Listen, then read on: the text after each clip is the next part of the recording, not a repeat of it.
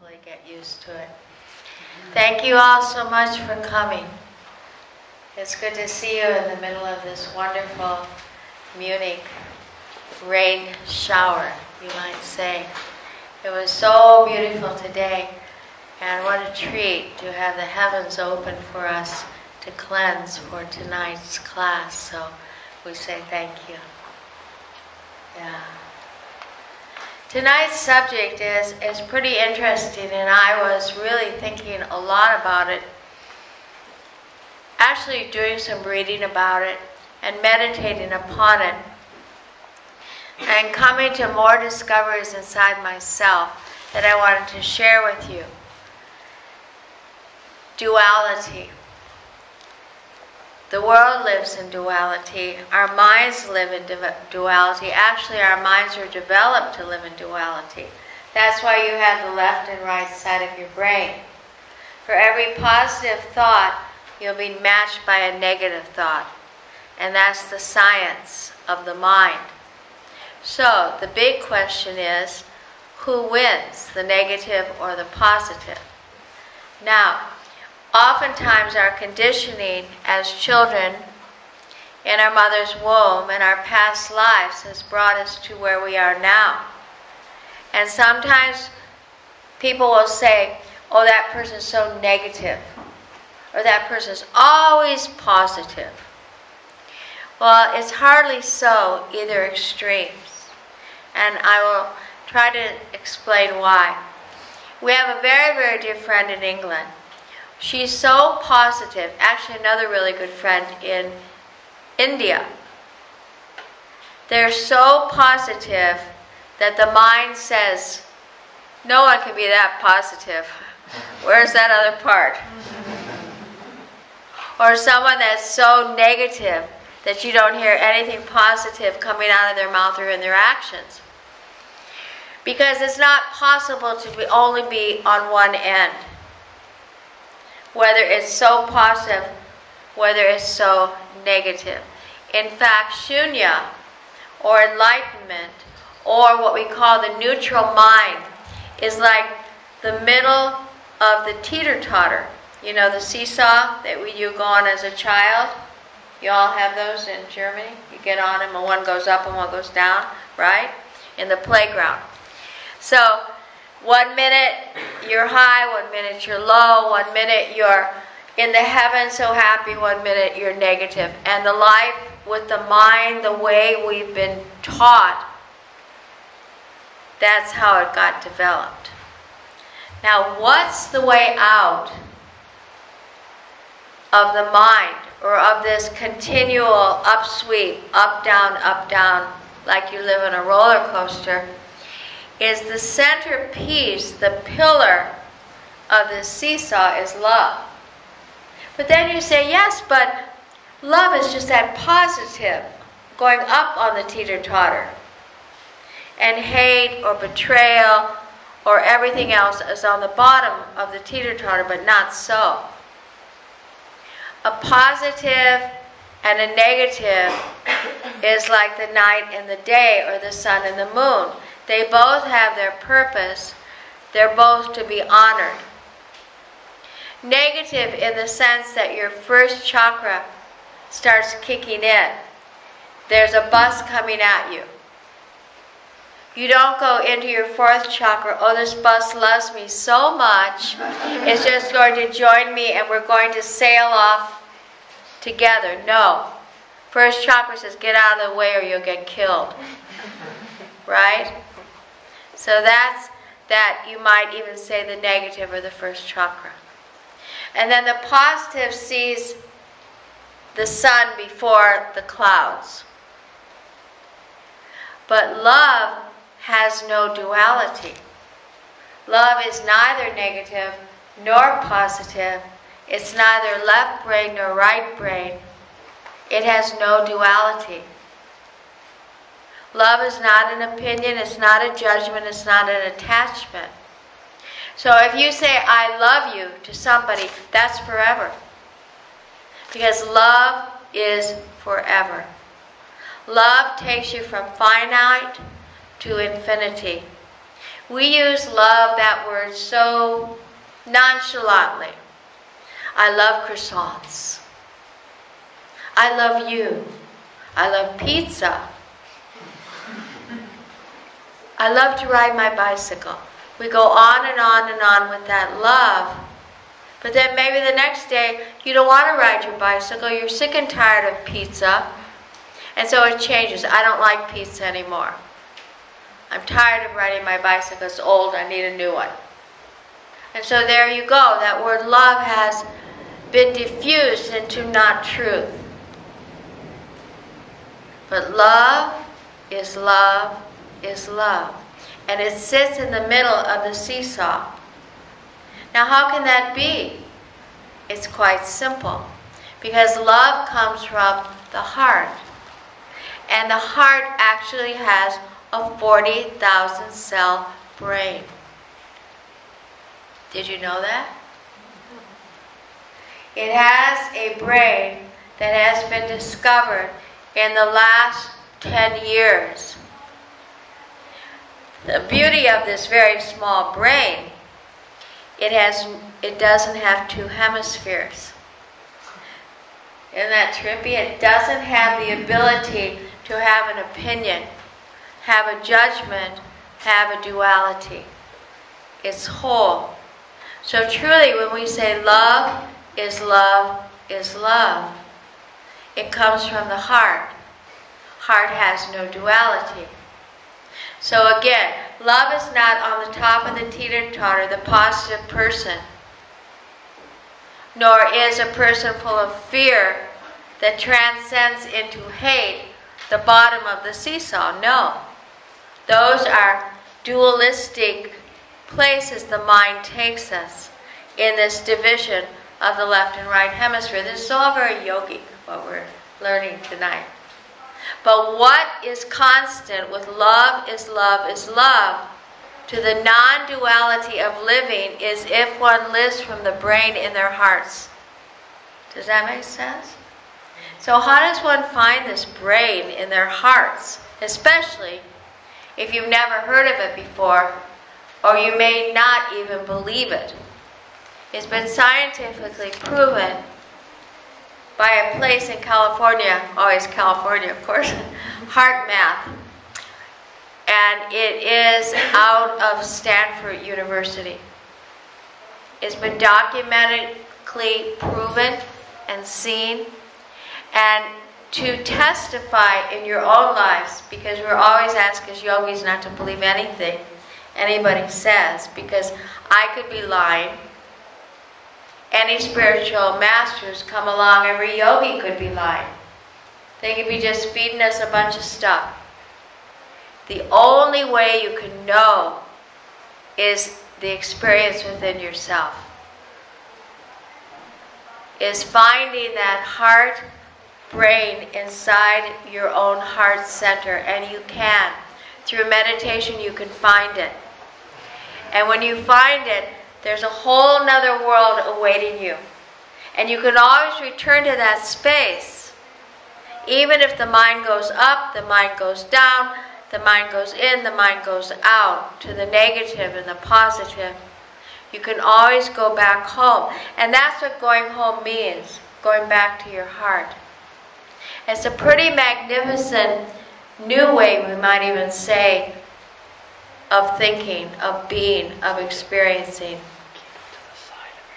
What? It picks up the sound on the sides. Over here? Yeah. Oh, good. I like this better.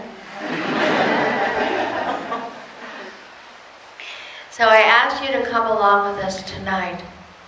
If through breath and through mantra and through what the asana will take you, if perhaps in these next 2.5 hours you'll have the experience of finding that place that you can call home in your heart and be able to call upon it over and over again.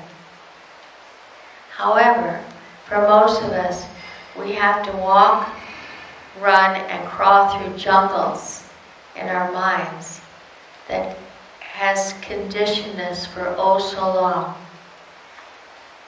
that this isn't true. Or I can't afford to do it, I've been hurt too many times. Or if I live from my heart, I won't make any money. If I live from my heart, I'll just be too spacey. All I will be is nice to people and then they'll just burn me. And on and on and on, because that's a conditioning of the mind. The heart also develops intuition, so it isn't like you're not going to be nice and kind to everybody, but you're going to know who they are. You're going to know if they are going to betray you. You're going to know if they're not going to say and do what they say. You'll even be able to see their tomorrows and even see their destinies. So the heart has the ability to develop a discernment, so you're never disappointed. And that's what an enlightened person does. Our teacher, Yogi Bhajan, who I was with for over 40 years, in some sense was the same as what Jesus had to go through. He knew he would be betrayed. Almost every spiritual master on this planet has been betrayed, usually by often their closest disciples or their closest students. And yet they know that. But they have a duty and an incredible compassion in their heart to even draw those people who need to be around them the most, who are usually the most broken people. And they know in the end they'll turn on them. But because they have that unconditional love and can see into that person's soul, they do it. Most of us run from it because we don't want to be hurt again, or we want something from what we call that love. But that love is really an attachment. We want something. How many times have I counseled people over the years, hundreds of people, whose marriages are breaking, whose friendships are breaking, girlfriend, boyfriend, whatever it is, and they'll say, I'm not getting what I want anymore out of the relationship. I'm not getting anything more. He's not there for me anymore. Or she's not there for me anymore. I thought it would be different. And it keeps going back to me, me, me, me. And that's not love. That's called attachment. In the yogic world and the Upanishads and all the texts, we talk about lust, anger, greed, pride, and attachment. Those are all mental. Lust, anger, greed, pride, and attachment. They take you away from your soul. They take you away from your heart. Because the heart's brain has no capacity for lust, anger, greed, pride, and attachment. It's so pure, as we all were when we came out as little babies. We were so pure. And we can return to that purity. And you know what? It's very interesting. In India, the most prosperous people, because people will say, you know, what do I do? Get a begging bowl, give everything away, and just become a sannyasi on the streets of India? No. The most prosperous people in India are Jains. Do you all know what Jains are? The faith? Okay. They're a very beautiful group of people. Not only are they vegetarians, not only are they vegans, but they don't even eat honey because it might hurt the bees. They watch carefully every place they walk so not to step on little creatures, insects. They're so gentle and kind to all people. And do you know, they're the most prosperous people, meaning the most money in the bank on that level in all of India. How can that be so? They're so gentle. But it is so.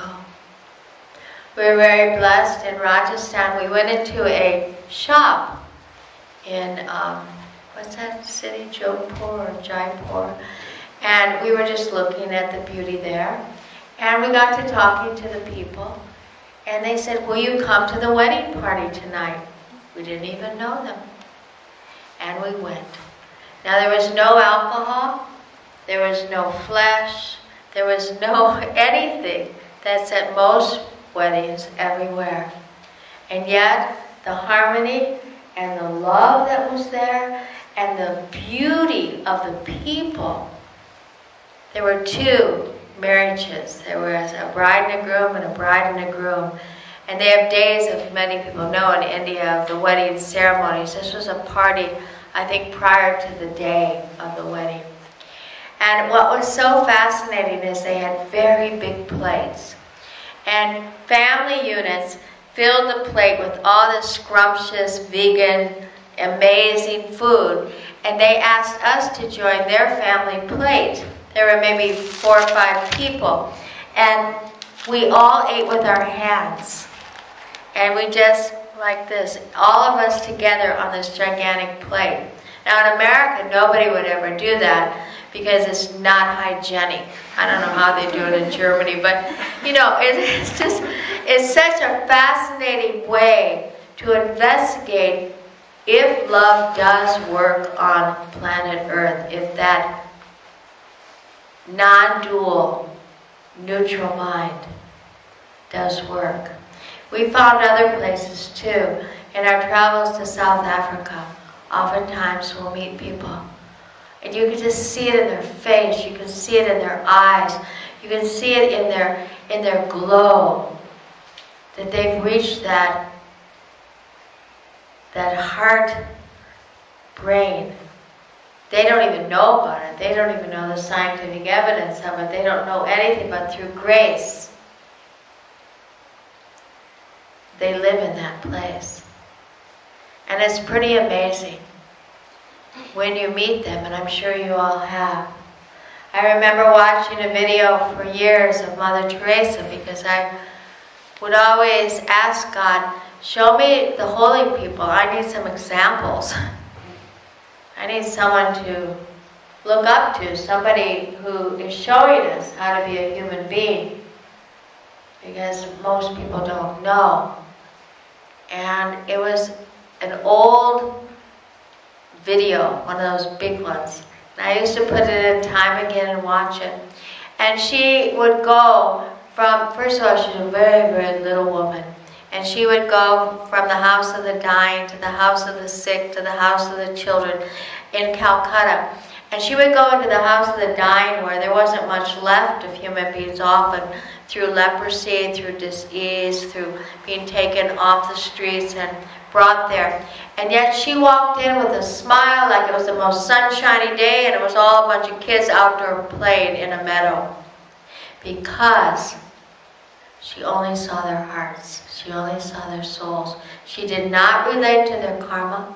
She did not relate to the physical body. She did not relate to their minds. At the time I didn't understand, like, who is she? What is she doing? How can she do this? She'd walk in and just, I mean, a guy who could almost fallen over from her hand going like that on him, how are you doing? Like that. And they would just get her touch, and maybe they would die 5 minutes later. I don't know, maybe 2 days later. But she didn't see any separation between living and dying. She didn't see any separation between being in this body and out of this body. Because all she saw was soul travel, which only we can see if we live from the heart. Otherwise, we're trying to hang on to people who really, their souls want to fly away. But we have so much medical that keeps people alive so unnecessarily for so long. For what reason? When their souls want to go back home. Because most of us are afraid we don't know where we go. So we want to stay here as long as possible. So, we yogis become more light and bright, become more fearless, And the whole goal of yoga is to come so that you can live from your heart, in your heart, and become neutral. And that's the best gift you can give anybody. Yourself, of course, and then everyone around you. You create a big bright light, and everybody wants to go in your light. And then they want to know, what are you doing? I said, well, maybe it helps. I do yoga. You don't like go on and on and on about it. Or I'm a vegetarian. You don't go, you be a vegetarian, you do yoga. No, don't do any of that. That's proselytizing. Yogis do not proselytize. They do not try to get people to do it. They offer themselves up as a living example of possibility of health and happiness, and wait till someone comes to you. Say, well, I've known more family members, mainly women, whose husbands don't do it, kids don't do it, no one does it. They keep their mouth shut, they just do it. Then maybe a little later the husband, what is that? What are you doing? You know, you just well, you know, let me show you. Maybe you want to go to a yoga class. Never have them go to your yoga class. Have them go to someone else's. And lo and behold, you transform just by your living example. And that's heart work. That's heart. It has no opinion. It has no judgment. It has no desire. Lust, anger, greed, pride, and attachment. Every time you become unhappy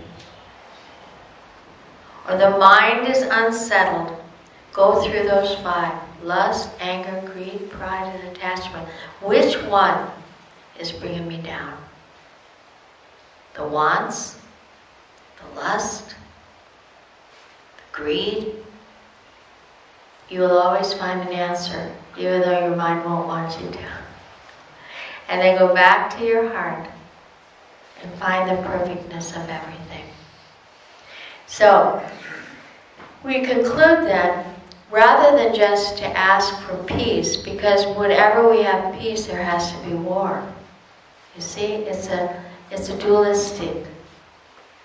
If you were to ask for night all the time and never have sun, that would be an imbalance. Or give me sun all the time, never night. Best to ask Creator to live from your heart that has no judgment and no duality. And then it's a simple conclusion.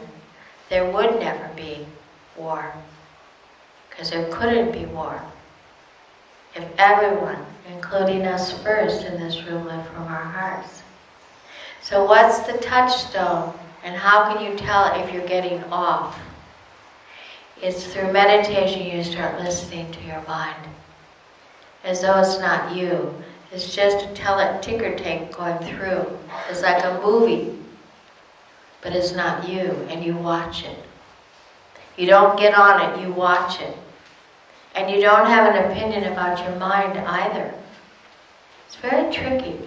That's why they use that word so much in Tibetan Buddhism, mindfulness. To be full, to be mindful, frees you from the mind. But to live in the mind, you become a prisoner of it. It's very tricky, especially if we weren't brought up to think like this. But I can tell you the truth, at least from my point of view. It's the only road to happiness. Let your asana practice. Let your daily practice. Let your sadhana. Let your chanting. Let the food you put on your table benefit your heart. And it's a simple question to ask. Is this benefiting my heart? Because your heart is where your happiness is. And there's no one on planet Earth that does not want to be happy. Have you ever met anyone that says, I want to be miserable, I want to get cancer, I want to get really sick, I want to get really angry, I want to kill people, And by the way, I hate you. Not too many unless they're really do, you know, because they've gotten so far out. No. Our birthright is happiness. We are born to be healthy, happy, and holy, actually. So let's see what we can do with that all tonight, shall we? Yeah? Thank you for coming.